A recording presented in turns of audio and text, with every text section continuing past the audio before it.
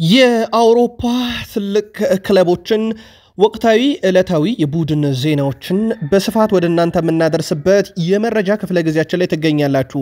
ዛሬም እንደ ሁል ጊዜው ለእናንተ ወደ አድማጮቻችን ታላላቆቹን ክለቦች ዕለታዊ መረጃ ስናነሳ የዝውውር መረጃችንም እንደተጠበቀ ነው። ውድ ቤተሰቦቻችን ዛሬ ግን በመረጃችን ለየት ያሉ ስፖርታዊ መረጃዎችን ይዘንላችኋል። በተለይ እናንተ ወደ አድማጮቻችን ስትሰሟቸው ዘና የሚያደርጓችሁና ነጋጋሪ የሆኑ መረጃዎችንም ይዘንላችኋል። ትልቆቹን ክለቦች የተመለከተ ወቅታዊ መረጃችን እንደተጠበቀ ነው። ዛሬ ከዩናይትድ ጋር በተያያዘ በተለይም ከዝውውር ጋር በተያያዘ የተለያዩ መረጃዎችን እያገኘን ነው። አንደኛው ታማኙ የዜና ምንጭ ፋብሪዞ ሮማኖ ከማንቸስተር ዩናይትድ ጋር በተያያዘ በተለይም ከዝውውር ጋር በተያያዘ ያው ታማኝነቱ 100% ከሚባሉ የስፖርት ጋዜጠኞች አንደኛው ነው። ያጋራቸው ትልልቅ መልእክቶች አሉ ከዝውውር ጋር በተያያዘ እነኚህን ዘገባዎች ታደምጣላችሁ። ከዛ ውጭ ግን ፓትሪክ ዶርጉ ማንቸስተር ዩናይትድ ቤት መጫወት ያለውን ፈተና ያስረዳበትን መንገድ እንደዚሁ ለእናንተ ወደ አድማጮቻችን የምናጋራችሁ ይሆናል። በአርሰናል በኩል ምናልባት አርሰናል ዘንድሮ የዋንጫ ማንሳት እድሉ የአውሮፓ ሻምፒዮንስ ሊግ እንደሆነ ይታወቃል። ግን ለአንድ ሰው ስትሉ ዋንጫውን በአውሮፓ ሻምፒዮንስ ሊግን አሳኩት የሚል ሰው መጥቷል። የቀድሞ ዩናይትድ ተጫዋች ነው። ለአንድ ሰው ሲል ነው ዋንጫውን አርሰናል እንዲወስድ የፈለገው። የአርሰናል ደጋፊዎች ግን ዘንድሮ በቡድናችሁ ውስጥ ካለው ለማን ሲባል ዋንጫው ይገባል ብላችሁ ታስባላችሁ? እናንተን አጋሩን። አርሰናል ቤት ግን ለየት ያሉ መረጃዎችን ይዘናል። የቡድን ዜናችን እንደተጠበቀ ነው። በአርሰናል በኩል ሊቨርፑል ከቶትናም ሆትስፐርስ እሁድ ይጫወታል። 1 ነጥብ የሚፈልግበት ጨዋታ ነው። ከዚህ ጋር በተያያዘ አሰልጣኝ አርኔ ስሎት የሰጡት ሙሉ ጋዜጣዊ መግለጫ አለ። አርኖልድን የተመለከተም አንድ መረጃ እናጋራችኋለን። ለሊቨርፑል ደጋፊዎች ተጨማሪ መረጃዎችን ይዘናል። ጠብቁን። የቼልሲው ተጫዋች ሜዳ ላይ መቆየት በጣም የተቸገረበትን አጋጣሚ ያነሳል። የተጫዋቹ የጤና ሁኔታ ራሱ አሳሳቢ ሁኔታ ላይ ደርሶ ነበረ። ለማንኛውም ተጫዋቹ የሚለን ነገር አለ። የቼልሲን ተጫዋች እናነሳዋለን። በፔፕ ጋርዲዮላ እና በአንድ ተጫዋች መካከል ምንም ጸብ የለም፣ ግን 4 ጨዋታ አልፎታል። ተጫዋቹ ወሳኙ ተጫዋቻቸው ነበረ። ለምን በዚህን ያክል ደረጃ እንደጨከኑበት አይታወቅም። በጥር የተጫዋቹ ዝውውር ነበር የቡድናቸው አባል ያደረጉት። ከዛ ውጭ ዴቬሮና ይልቀቅብን የሚሉ የሲቲ ተጫዋቾች ብቅ ብለዋል፣ እንመለከተዋለን። ሐውልት ስለሚሰራለት የፕሪሚየር ሊግ ተጫዋች ክርስቲያኖ ሮናልዶን በብዙ ስለነቀፈው የቀድሞ አሰልጣኝ 4 ተከታታይ ዓመት ከሊግ ስለወረደው ተጫዋች ለየት ያሉ መረጃዎችንም እናነሳለን። ኤል ክላሲኮን በተመለከተ ግን የ1942-43ቱን እጅግ በጣም አነጋጋሪውን ጨዋታ እንመለከታለን። በድጋሚ ከኛ ጋር ቆዩ። ላይክ፣ ሰብስክራይብ፣ ሼር ማድረግ እንዳይረሳ። ለሀሳብ አስተያየታችሁ አስቀድመን አመስግነን በዚህ ሳምንት የሚደረጉ ታላላቅ ጨዋታዎችን በተመለከተ አጠር ያለ መረጃ አድርሰን የዛሬውን ስፖርታዊ ጥንቅሮቻችንን እንጀምር። ቼልሲ ከኤቨርተን በዚህ ሳምንት የሚጠበቀው ዋነኛው ጨዋታ ነው። በተወዳጁ የእንግሊዝ ፕሪሚየር ሊግ ቅዳሜ ከምንመለከታቸው ጨዋታዎች ነው። የቅዳሜ ጨዋታዎች ልክ 8 ሰዓት ከ30 ሲል በቼልሲና ኤቨርተን ጨዋታ ነው ፕሪሚየር ሊጉ የሚጀምረው። ይህንን ጨዋታ ኦፕታ በቅድመ ግምቱ ቼልሲ ኤቨርተንን የማሸነፍ ቅድመ ግምት 58% ሰጥቶታል። ብራይተን ከዌስትሃም ዩናይትድ አሜክስ ስቴዲየም የሚደረግ ጨዋታ ነው። ልክ 11 ሰዓት ሲል በኢትዮጵያ ሰዓት አቆጣጠር ቅዳሜ ይጀምራል። ብራይተን 55.6% የማሸነፍ ቅድመ ግምት ተሰጥቶታል። ኒውካስል ዩናይትድ ሴንት ጄምስ ፓርክ ስቴዲየም ከኢፕስዊች ታውን ጋር የሚያደርገውን ጨዋታ 73.7% ቅድመ ግምት ተሰጥቶታል። ይህ ጨዋታ ኢፕስዊች የሚሸነፍ ከሆነ በቀጥታ ወደ ሻምፒዮንሺፕ መውረዱን ያረጋግጣል። ሳውዝሃምፕተንና ሌስተር ሲቲን ተከትሎ ማለት ነው። ስለዚህ ይህኛው ጨዋታ እንዲጠበቅ የሚያደርገው በሁለት ምክንያት ነው። ኢፕስዊች መውረዱን ቢያንስ በሳምንታት ለማዘግየት፣ ኒውካስል ዩናይትድ የአውሮፓን ትኬት ለመቁረጥ የሚደረግ ነው። ኦፕታ ግን ለኒውካስል ሰጥቶታል። ሳውዝሃምፕተን መውረዱን አረጋግጧል። ሴንት ሜሪ ላይ የሚደረግ ጨዋታ ነው። ይህ ጨዋታ ቅድመ ግምት ደግሞ ለፉልሃም ነው። ከሜዳ ውጭ ለመጣው ፉልሃም 54.6% ቅድመ ግምት ተሰጥቶታል። የዕለተ ቅዳሜ የመጨረሻው ጨዋታ የሚሆነው ወልቭስ ከሌስተር ሲቲ የሚያደርጉት ጨዋታ ነው። ወልቭስም ደረጃውን ከማሻሻል የዘለለ ምንም ጥቅም የሌለው ጨዋታ ነው። ለሌስተር ሲቲም በተመሳይ ምንም አይነት ለውጥ የማያመጣ ጨዋታ፣ በፕሪሚየር ሊጉ ልክ የመርሃ ግብር ማሟላት ያክል የሆነ ጨዋታ ነው ለሁለቱ። በእርግጥ ደረጃን ማሻሻል የሚገኘው ገቢ ላይ የዓመቱ መጨረሻ ላይ የራሱ ለውጥ አለው። ወልቭስ ለዛ ይጫወታል። ቅድመ ግምት ለወልቭስ ተሰጥቷል። ሜዳው አሜክስ ነው። እሁድ 2 ትልልቅ ጨዋታዎችን እንመለከታለን። በርንማውዝ እና በማንቸስተር ዩናይትድ መካከል ቪታሊቲ ስቴዲየም የሚደረግ ጨዋታ አለ። ቅድመ ግምቱ ብታምኑም ባታምኑም 90 ሚኒትስ ለበርንማውዝ ነው 54.9% የሰጠው፣ ለዩናይትድ 22.6% ብቻ ነው። የዩናይትድ ደጋፊዎች ክለባችሁ ካለበት ወቅታዊ ብቃት አንጻር ግምቱ ተገቢ ነው ብላችሁ ታስባላችሁ? አጋሩን።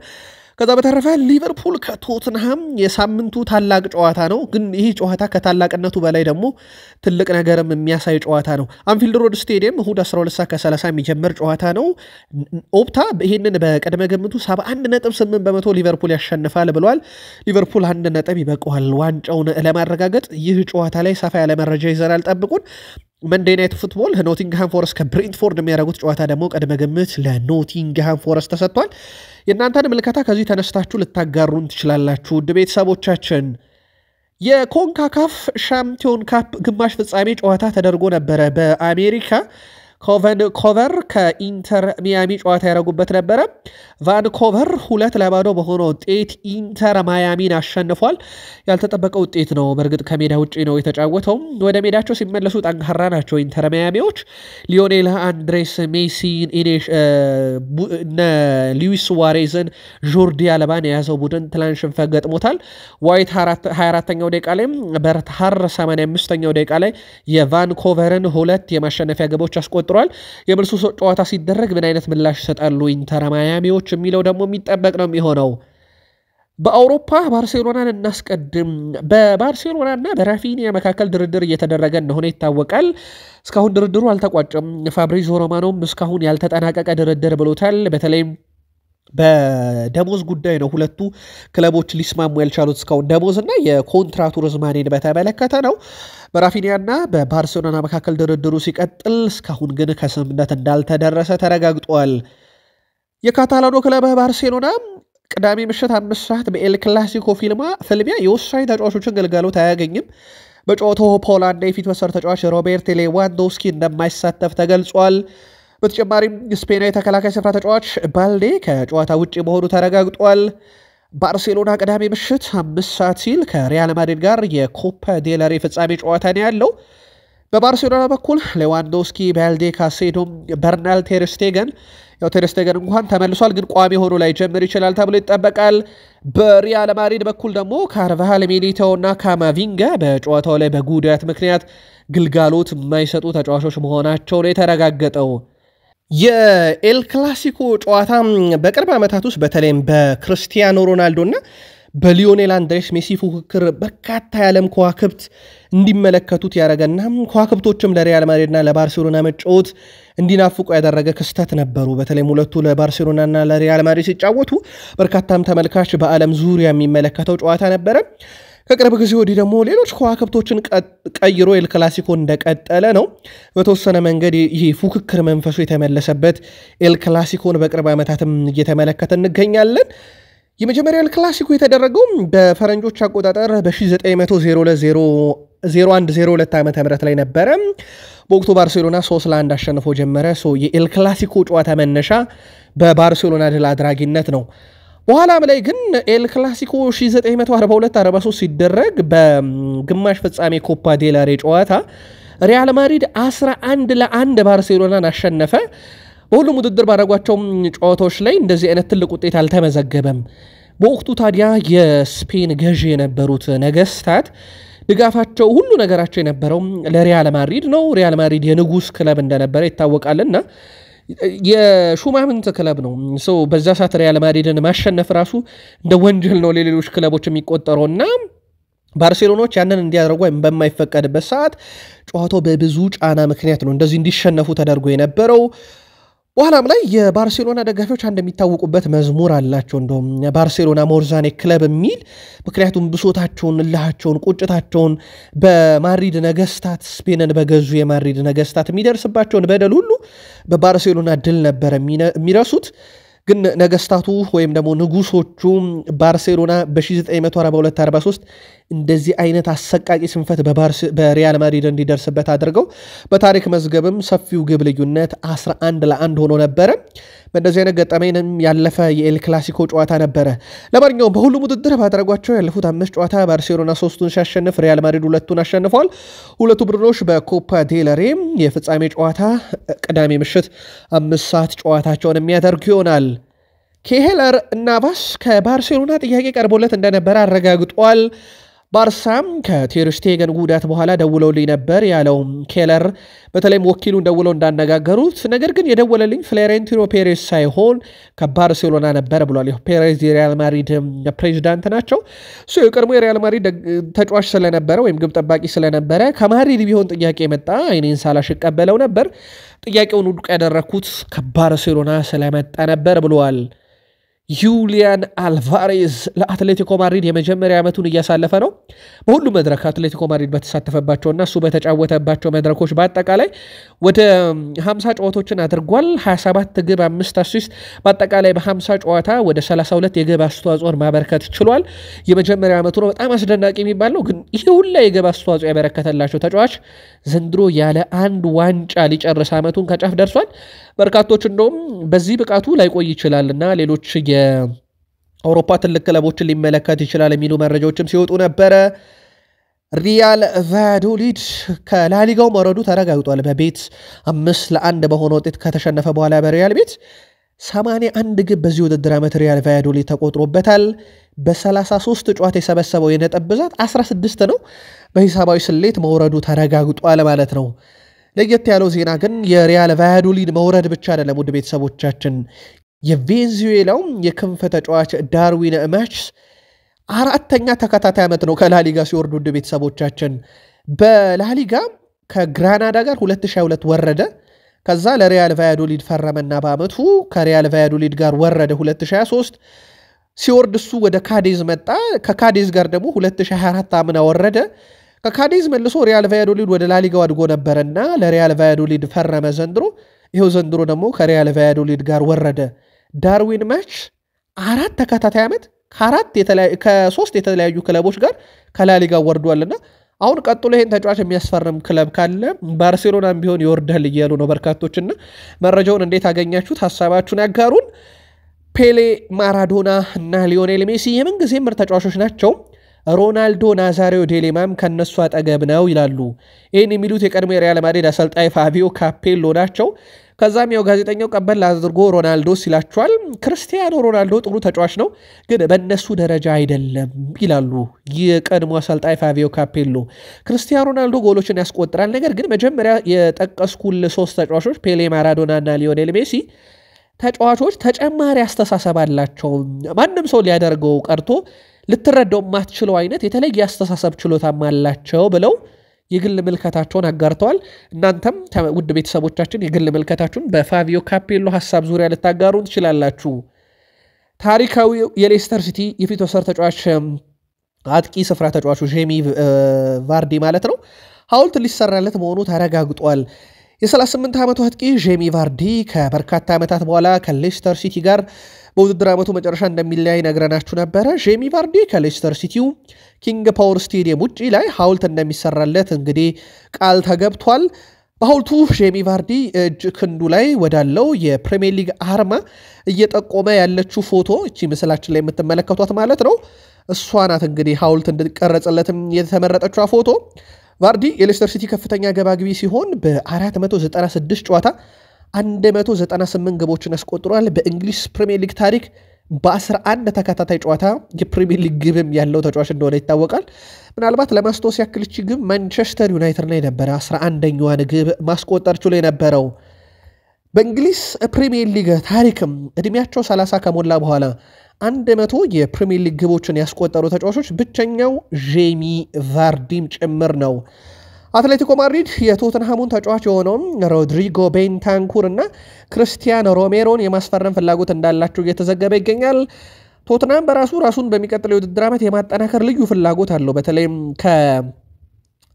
ራሳቸው የገጠማቸው ያለው ከወቅታዊ የቡድን ጥራት ችግር አንጻር አሰልጣኝም እስከ መቀየር ያሰበ ክለብ ነውና ምናልባትም እነኚህን ተጫዋቾች በቀላሉ ይለቃል ተብሎ አይታሰብም። ግን ከለቀቃቸው በትልቅ ገንዘብ ለቆ በርከት ያሉ ተጫዋቾች እንደዚህ ያመጣበታል ተብሎ ነው የሚታሰበው። ከቶትናም በኩል የሚፈለጉ በርከት ያሉ ተጫዋቾች አሉ። አሁን መልከታ ያያረጉበት የሚገኘው በአስቶን ቪላ ቤት የሚገኘው ንብረትነቱ የማንቸስተር ዩናይትድ የሆነው ማርከስ ራሽፈርድን ሁኔታም እየቃኙት ነው ተብሏል። ፉትቦል ትራንስፈርም ይዞት በወጣው መረጃ መሰረት ይህ የማርከስ ራሽፎርድ ወቅታዊ ብቃት የአውሮፓ ትልቅ ክለቦችን ቀልብ ሲስብ አንዱ ቶትናም ሆትስፐርስ ነው። ተጫዋቹ በግሉ ልቡ ያለው ባርሴሎና ጋር እንደሆነ ግን ይታወቃል። የማንቸስተር ሲቲው የመሃል ሜዳ ተጫዋች በርናንዶ ሲልቫ የኬቨን ደብሮይና ስንብት ቡድናቸው ላይ ተጽዕኖ ሊያሳድር እንደሚችል ገልጿል። ትንሽ የቡድኑ መንፈስ ከደብሮይና ጋር አብሮ ይሄዳል፣ የሱ መልቀቅ በጣም ያሳዝናል ሲል ነው በርናንዶ ሲልቫ የገለጸው። ደብሮይና እንዲሄድ አንፈልግም ያለው በርናንዶ ሲልቫ ለእኔ ኬቨን ደብሮይና በማንቸስተር ሲቲ ታሪክ ምርጡ ተጫዋች ሲል ተደምጧል። ቤልጂየማዊ ተጫዋች ኬቨን ደብሮይና በውድድር ዓመቱ መጨረሻ ከማንቸስተር ሲቲ ጋር ያውም በነፃ ነው የሚለቀው። በርከት ያሉ የፕሪሚየር ሊግ ክለቦች አስቶን ቪላ እና ቼልሲን ሰምተናል እስካሁን። ሌሎችም በርካታ ክለቦች የተጫዋቹ ፈላጊ እንደሆኑ ይታወቃል። አብዱልካድር ኩሳኖቭ ከማንቸስተር ሲቲ ጋር ከጥር ጀምሮ መጫወት ጀመረ። የመጀመሪያ ጨዋታው ላይ ስህተት ሰርቶም እንደውም ቼልሲዎች ግብ ያስቆጠሩበት በኋላም ላይ ሲቲ ውጤት የቀለበሰበት ጨዋታ ስህተት ሰርቶ ነበር የጀመረው። ከዛ በኋላ አጀማመሩ ጥሩ ነበር የአብዱልካድር ኩሳኖቭ። የመጀመሪያው ኡዝቤኪስታናዊ ተጫዋች በፕሪሚየር ሊግ ባለፉት 4 ተከታታይ ጨዋታ ግን ሙሉ ተጠባባቂ ወንበር ላይ እንዲቀመጥ ተደርጓል።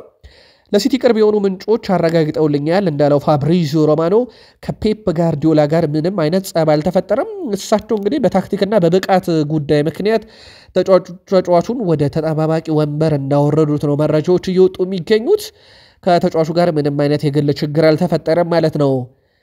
ቼልሲ የወደፊት ኮከቡ ኢስታቪዮ በፓልሜራስ ጨዋታ ላይ 59 ደቂቃ ተጫውቶ ጉዳት አስተናግዶም እንደወጣ ነግረናችሁ ነበረ። ጨዋታው የተደረገበት ስቴዲየም ቦሊቪያ ላይ ነው። አልቲቲዩዱ ወደ 3650 ሜትር ነው ከፍታው ከባህር ጠለል በላይ። እናም ተጫዋቹ እጅግ በጣም እንደተቸገረና ህመም እንዳጋጠመው እንደው ሜዳ ውስጥም ሲያስመልሰው ነበረ። ይሄ ሁላ ችግር እንደገጠመውና ጤናውም ላይ መታወክ እንደገጠመው ተናግሯል።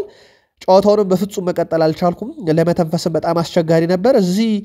እዚህ ሜዳ ላይ ለመጫወት አይደለም በህይወት ለመቆየት ራሱ በጣም አስቸጋሪ ብሎታልና እጅግ በጣም ተቸግሮ ነበረ ተጫዋች የተመለከትነው። አሁን ላይ ከተጫዋቹ ጋር በተያያዘ እየወጡ ባሉ መረጃዎች መሰረት በጥሩ ሁኔታ ላይ ጤናውም እንደሚገኝና ቀጣይ የሕክምና ምርመራም ከደረሰበት ጉዳት ጋር በተያያዘ እንደሚደረግለት ነው ይፋ የተደረገው።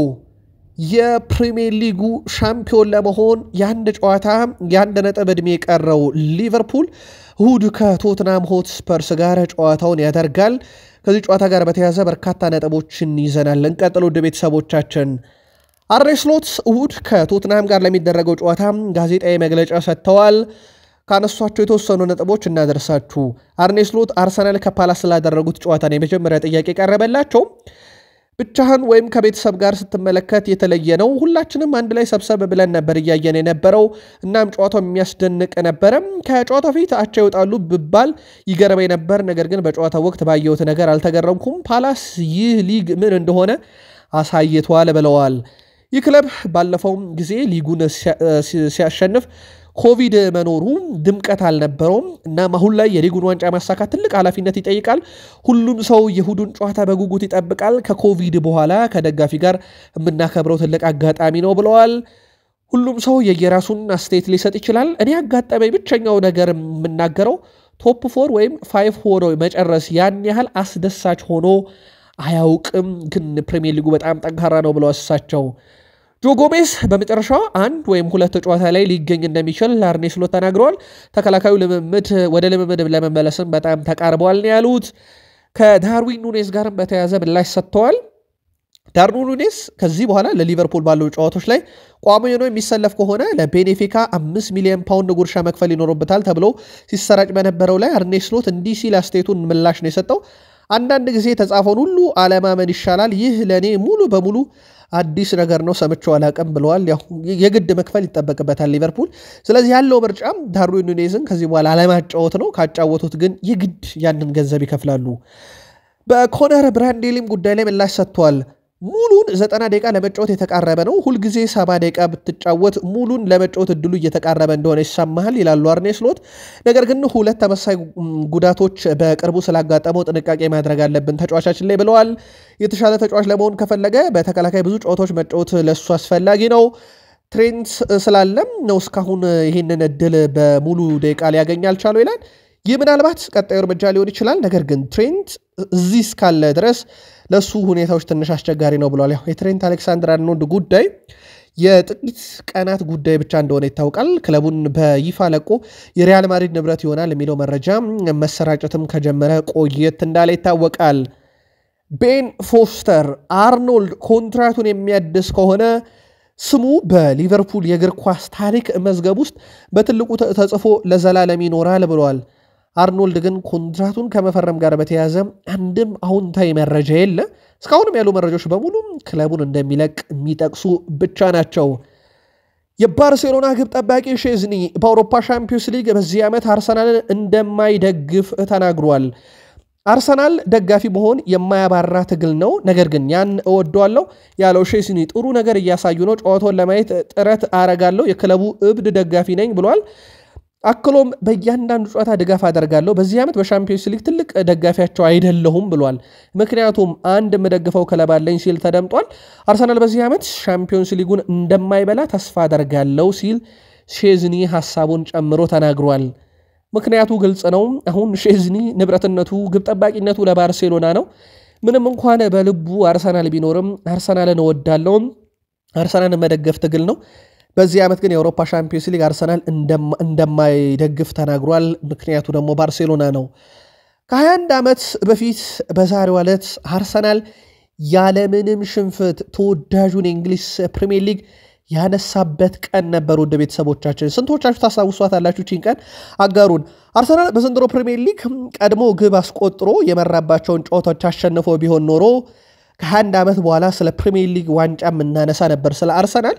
ነገር ግን ዘንድሮ አርሰናል በ18 ነጥቦች መጣል የገጠመው ጨዋታን እየመራ ነው። ምናልባት እነኛ 18 ነጥቦች ሲደመሩ አሁን ሊቨርፑል ከሰበሰበው ነጥብ በላይ ይሆናልና አርሰናል ከኢንቪንሲብል ዋንጫ በኋላ ዘንድሮ ሌላ ዋንጫ ያመለጠበት አጋጣሚ እየመራ ነጥብ ጥሎ የወጣባቸው ጨዋታዎች ናቸው። ሉዊስ ማይልስ ስኬሊ ሰውነቱ በጣም ጠንካራ ነው ይላል አለን ሺረር። እግሮቹን ብትመለከቱም እጅግ በጣም ጠንካራ ናቸው። የሱ ሁሉ ነገሮቹ አስደናቂ ናቸው። በሜዳ ላይ ከሚያሳየው ብቃት በተጨማሪ ተክለ ሰውነቱን በጣም ወድጄለታለሁ ብሏል። እንደ ባለፈው አይነት ድጋፍ ያስፈልገናል ያለው ደግሞ ሌሳንድሮ ትሮሳርድ ነው። የአርሰናል የፊት መስመር ተጫዋች የሆነው ትሮሳርድ ስለ ፓሪስ ሰን ዠርሜን ጨዋታ ሐሳቡን አጋርቷል። እዚህ ያለነው ተጫዋቾች ሁላችንም ዝግጁ ነን፣ በቂ የረፍት ጊዜ ያለን፣ ለሻምፒዮንስ ሊጉ ጨዋታም ዝግጁ ነን። ደጋፊዎች በሻምፒዮንስ ሊግ በኤምሬት ያሳዩንን የባለፈውን ድጋፍ አሁንም እንዲቀጥል ምኞቴ ነው ብሏል። የፊት መስመር ተጫዋቹ ሌሳንድሮ ትሮሳርድ ደጋፊዎቻችን ያንን ማድረግ ከቻሉ እኛም የዛን ምሽት አስደናቂ ጨዋታ የማንደግምበት ምክንያት የለም፣ በጨዋታው ላይ ግን ደጋፊዎች ያስፈልጉናል ብሏል። ቡካዮ ሳካም አስደናቂ ተጫዋች ነው፣ በትልቅ ጨዋታ ላይ ጠብቃለሁ ያለው ደግሞ ካይል ዎከር ነው። ቡካዮ ሳካ ድንቅ የመስመር አጥቂ ነው። በተለይም ደግሞ በዚህ የውድድር ዓመት የነበረው ነገር እና በባለፉት 3 ዓመታት ውስጥ ቁጥሮቹ ራሱ የሚናገሩ ይመስለኛል ብለዋል። እሱ የሚያደርጋቸው ነገሮችን በጣም አስደናቂ ናቸው ይላል። ብዙ ድንቅ ተጫዋቾች ባሉበት የእንግሊዝ ፕሪሚየር ሊግ እንደዛ መጫወቱ ስትመለከት ለሱ ኮፍያህን ዝቅ ማድረግ የሚገባል ይላል። ከቀዶ ጥገና በኋላ ተመልሶ በ7 ደቂቃ ውስጥ ጎል ማግባት ማለት ትልቅ ነገር ነው። ይህን የሚያደርግ ያለ አይመስለኝም። አብዛኛው ተጫዋች ከጉዳት መልስ አቋሙን ያጣል። ሳካ ግን አሁንም በዛው መጠን ነው የሚገኘው። ይሄ ቡድን በሚወዳደረባቸው ቀጣይ መድረኮችም የሳካን ግልጋሎት በትልቁ የሚፈልግ ነው። ሳካም አሁን የአስደናቂ ተጫዋች ዝርዝር ውስጥ ያለ ብሎታል። አርሰናል ዘንድሮ ሻምፒዮንስ ሊጉን ቢያነሳ ምክንያታችሁ ማን ነው ወይም ለማን ሲል ቢያነሳ ትላላችሁ ብዬ መግቢያችን ላይ ጠይቄያችሁ ነበረ። የቀድሞ የማንቸስተር ዩናይትድ ተጫዋች ጋሪ ኔቭል ለማይከል አርቴታ ሲል ዋንጫውን ቢያነሳ ብሏል። በዘንድሮ ዓመት ሻምፒዮንስ ሊግ አርሰናል የሚበላው ይመስልሃል ተብሎ የተጠየቀው ጋሪ ኔቭል ምላሹን ሰጥቷል። አርሰናል ዋንጫውን ቢበላ አይከፋኝም፣ ዋንጫውንም እንዲሳካለት እፈልጋለሁ። ብዙ የለፋ ሰው አለ። የሻምፒዮንስ ሊግ ዋንጫ አርቴታ ይገባዋል እና ቡድኑ ለአርቴታ ሲል ዋንጫውን ቢበላው ደስ ይለኛል። ዋንጫው ለአርቴታ ያስፈልገዋል፣ ለአርቴታ ሽልማት ይሆናል ብለዋል። የአርሰናል ደጋፊዎች ለማን ስትሉ ዋንጫውን ተመኛችሁት? ከቡድን ተጫዋቾቻችሁ ምላሻችሁን አጋሩን። አርሰናል የ2003-4 የውድድር ዓመት የፕሪሚየር ሊግን ዋንጫ ማሸነፉን ያረጋገጠው በወቅቱ ከ21 ዓመት በኋላ በዋይት ሃርት ሌን ቶትናም ሆትስፐር ስቴዲየም ላይ ነበረ። በፕሪሚየር ሊግ ታሪክ ዋይት ሃርት ሌን፣ አንፊልድ፣ ስታንፎርድ ብሪጅ፣ ኦልድ ትራፎርድ ላይ ዋንጫን ያረጋገጠ ብቸኛው ቡድን አርሰናል ነው። እነኚህ ሁሉ ሜዳዎች ላይ ብዙ ጊዜ በስቴዲየም ውስጥ የአርሰናል ደጋፊዎች ሲዘምሩት እንሰማለን። ለማንኛውም ሊቨርፑል እሁድ ነጥብ የሚያገኝ ከሆነ ከቀጣይ ሳምንት ጀምሮ ራሱ አርሰናልን ጨምሮ ግራና ቀኝ ቆመው አጨብጭበው ለመቀበል ይገደዳሉ። ከዚህ በፊት ሊቨርፑል በ1990ዎቹ መጨረሻ አካባቢ አርሰናል ባነሳው ዋንጫ ላይ የሊቨርፑል ተጫዋቾች ይሄን አድርገው ነበር። ከረጅም ዓመት በኋላም በተቃራኒው ደግሞ አርሰናል ይሄን ውለታ የሚመልስበት ቀን ነው።